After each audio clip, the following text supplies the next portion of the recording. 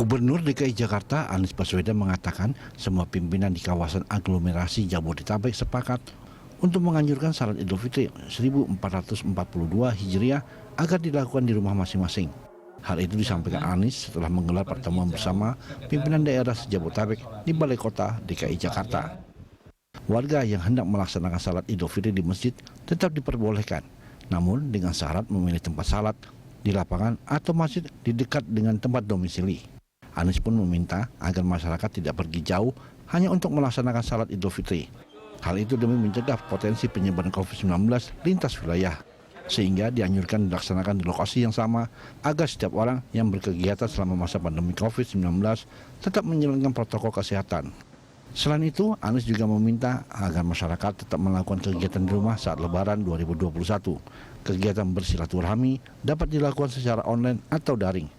Ia tidak menganjurkan untuk saling mengunjungi, meskipun satu wilayah yang sama ataupun lintas wilayah. Anies menegaskan, hal itu bentuk bantahan terkait diskusi sejumlah masyarakat untuk saling mengunjungi meski antar kampung. Saat ini zonasi resiko Satgas COVID-19 per minggu 9 Mei 2021 menunjukkan bahwa 5 dari 6 kota kabupaten di DKI Jakarta ada di zona orange. Wilayah itu yakni Jakarta Selatan, Jakarta Timur, Jakarta Pusat, Jakarta Barat, dan Jakarta Utara. Sementara Kepulauan Seribu berada di zona kuning. Tim Liputan Berita 1, Jakarta. Iya, pemirsa, DKI tanpa sholat Id terbuka. Itulah topik dialog kita pagi ini, dan untuk membahasnya kita sudah terhubung dengan Pak Anwar Abbas, Wakil Ketua Umum Majelis Ulama Indonesia atau MUI. Assalamualaikum, selamat pagi Pak Anwar. Waalaikumsalam warahmatullahi wabarakatuh. Selamat pagi Mbak Peti. Iya, salam sehat selalu Pak Anwar. Dan kita juga sudah terhubung dengan Pak Komarudin Hidayat, cendekiawan Muslim. Selamat pagi Pak Komarudin, Assalamualaikum. Selamat pagi, Peti. Sehat ya Pak Komar ya? Ya.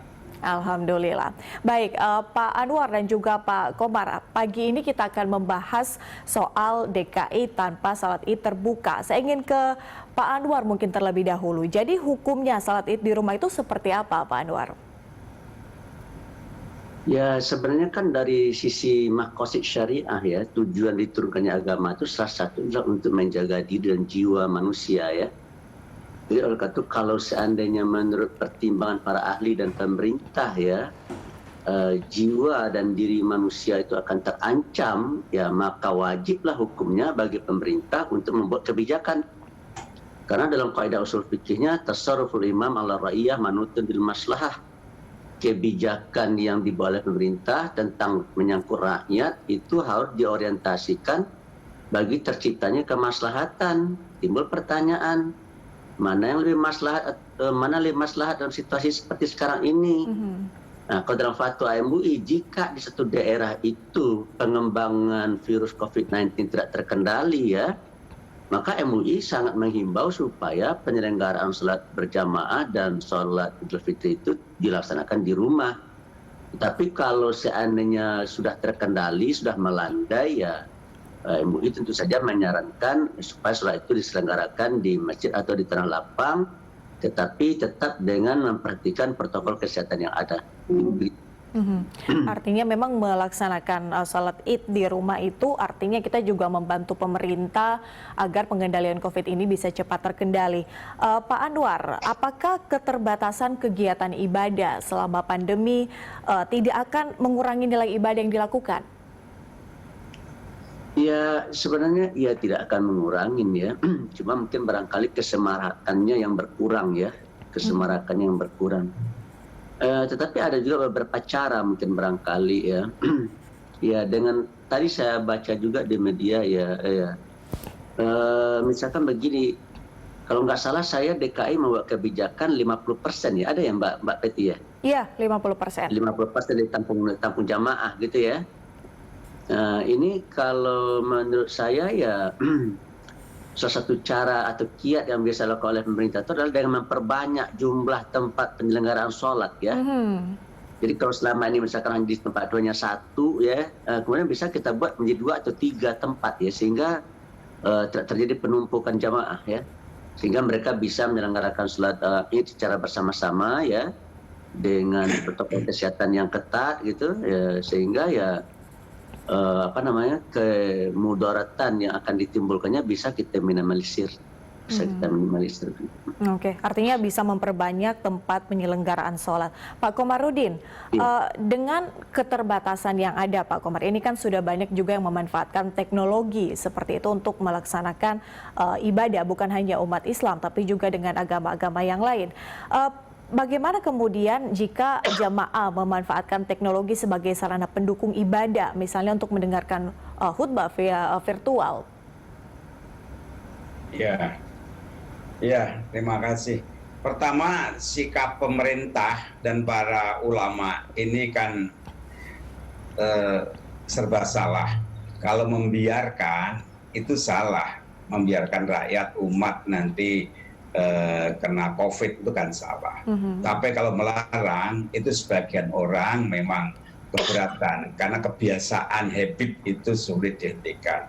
Jadi jalan tengahnya tadi, Bu Anwar mengatakan, satu, diperbanyak tempat ibadah, kedua tetap ngambil jarak, kedua khutbah dengan loudspeaker itu kan juga bisa sampai. Nah kemudian kalau soal dakwah sekarang ini sesungguhnya sudah berlangsung selama Ramadan lewat Zoom itu yang namanya ceramah-ceramah dakwah itu luar biasa.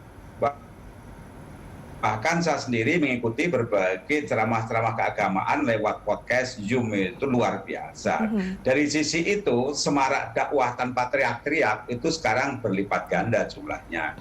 Adapun kalau ceramah lewat teknologi itu bagus-bagus saja. Saya biasa kok mendengarkan ceramah-ceramah lewat Zoom itu sampai sekarang ini. Cuman kalau sholat, ya memang syaratnya ya kumpul lah. Tapi kalau mendengarkan ceramah kan di mana saja bisa. Artinya sah apabila sholat Idul Fitri itu dilakukan tanpa khutbah? Oh ya harus dengan khutbah. Itu mudah sekali kok. Sholat Idul Fitri itu jumlahnya berapa aja itu kan tergantung madhab siapa gitu. Mau 15 orang, 20 orang pun jadi, di rumah pun jadi. Ada khutbah, ada sholat gitu. Jadi Islam itu mudah, tapi jangan dipermudah. Dan sembahyang dalam Islam itu di mana saja bisa kok. Di mana saja bisa sholat itu. Di Arab itu mau ketika di toko, di sela-selanya tiba-tiba berubah jadi masjid itu biasa saja. Gitu. Artinya memang banyak sarananya ya untuk mendengarkan khutbah juga, bukan hanya terbatas mungkin melaksanakan sholat kemudian juga dengan khutbah langsung di satu tempat tertentu. Pak Anwar, pemerintah Provinsi DKI Jakarta kemudian sebenarnya memperbolehkan masyarakat untuk beribadah di tempat-tempat ibadah yang sudah disediakan seperti itu di masjid kemudian juga di lapangan, tapi di sisi lain, pemerintah juga sebenarnya menghimbau untuk tidak melakukan ibadah di tempat tersebut. Artinya tetap bisa, tapi dengan pembatasan-pembatasan yang ada.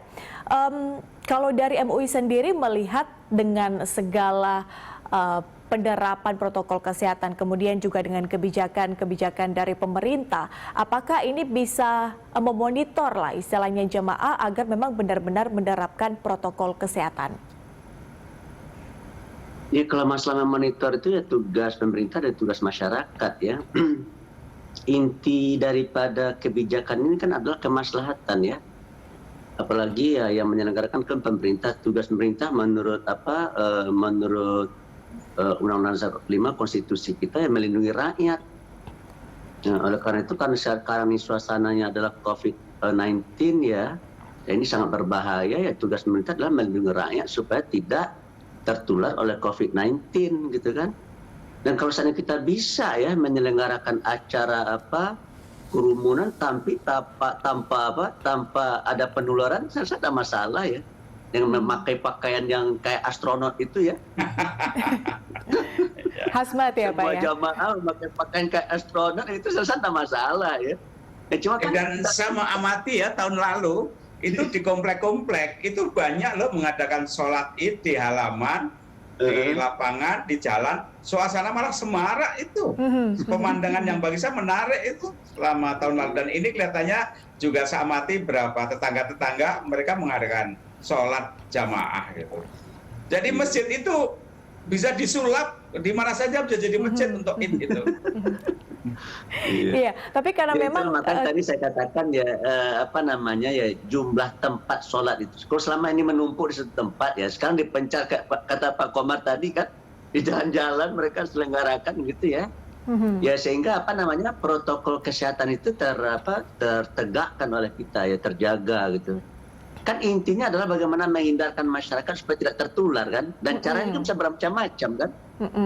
Kita pakai pakaian astronot gitu, tapi kan kosnya mahal, besar ya. Kemudian pakai masker, jaga jarak, itu kan sudah apa. Oleh karena itu dianjurkan sekali ya di tempat yang lebih luas gitu kan. Nah, karena tempat yang lebih luas itu terbatas ya juga dicarilah tempat-tempat yang lain begitu. Ya di pinggir-pinggir apa, ya di jalan-jalan saja banyak. Di jalan kampung itu bisa dipakai dan dipergunakan untuk apa? Untuk sholat Id menurut saya ya. Tapi jaga jarak gitu ya, jaga jarak. Karena ada apa ya? Ada kerinduan untuk bertemu juga meskipun tidak bertatap muka secara dekat ya. Kan dalam jarak 1 meter 2 meter halo kita tidak masalah ya. Virtual sekarang ya Pak ya. Ya, saya rasa tidak masalah itu. Iya, Jadi intinya menurut saya ya, atau substansi dari himbauan Pemda DKI ini adalah Pak Anies Baswedan ini, bagaimana masing-masing kita ya bisa terselamatkan dan diselamatkan ya, tidak terkena oleh COVID-19 ya. Kemudian yang dianjurkan adalah supaya sholat di rumah ya bagus, tidak apa-apa ya. Tapi kalau di masjid dan tanah lapang pun juga tidak apa-apa, asal populasinya ya dibatasi ya. Itu menurut saya bukan 50%, menurut saya hanya 30% ya, karena jarak yang ideal itu kan adalah 1,5% ya, 1,5 meter ya, atau 2 meter gitu kan. Terus misalkan 1 meter ya, 1 meter ke kiri, 1 meter ke kanan, berarti itu ada 2 orang itu yang hilang ya. Jadi dengan demikian berarti ya kalau tadinya hanya 1 tempat menjadi harus 3 tempat, itu menurut saya ya. Gitu. Dan itu bisa dilakukan. Kalau ada orang Sunda menyatakan there's a will, there's a way ya. Kalau ada keinginan itu ada jalan ya. Saya yakin dan percaya ya, kalau seandainya kita punya mau ya, dan ada tekad untuk melaksanakannya secara baik dan konsisten serta konsekuen menghormati protokol medis, bisa ya, bisa. Tadi kata Pak Komar pasar saja bisa dirubah menjadi tempat sholat gitu kan. Oke, Pak Komar, artinya apakah perlu membentuk semacam satgas lah ya, pengendalian COVID-19 di level masjid? Ya kalau menurut saya yang namanya sholat ibadah itu urusan masyarakat dari dulu. Enggak ada pemerintah pun namanya Muhammadiyah, NU, keluarga itu biasa melaksanakan sholat kok. Pemerintah itu tugasnya memfasilitasi, mengingatkan, jaga kesehatan. Adapun sholat serahkan aja masyarakat. Sholat sudah sholat sendiri, mereka bisa ngatur sendiri, udah dewasa gitu. Nggak usah dibuat heboh, yang penting penjelasan, jaga kesehatan, ini bahayanya, udah cukup. Saya sendiri mengadakan sholat di tetangga saya, ada halaman kosong pada kumpul, saya besok jadi khotib dan imam. Sekarang ini malah banyak itu khotib-khotib baru bermunculan. Bagus itu. Iya, artinya PR-nya adalah sebetulnya memperbanyak tempat penyelenggaraan sholat seperti itu, karena kerinduan jamaah untuk beribadah bersama, bertatap muka itu nampaknya sudah sangat dirindukan gitu ya, mengingat juga pandemi sudah mau 2 tahun dan rasanya rindu begitu ada tradisi-tradisi itu yang kembali terulang terjadi begitu pada tahun ini. Baik Pak Anwar dan juga Pak Komarudin, kita akan lanjutkan di segmen berikutnya. Pemirsa tetaplah bersama kami, Good Morning Jakarta akan kembali.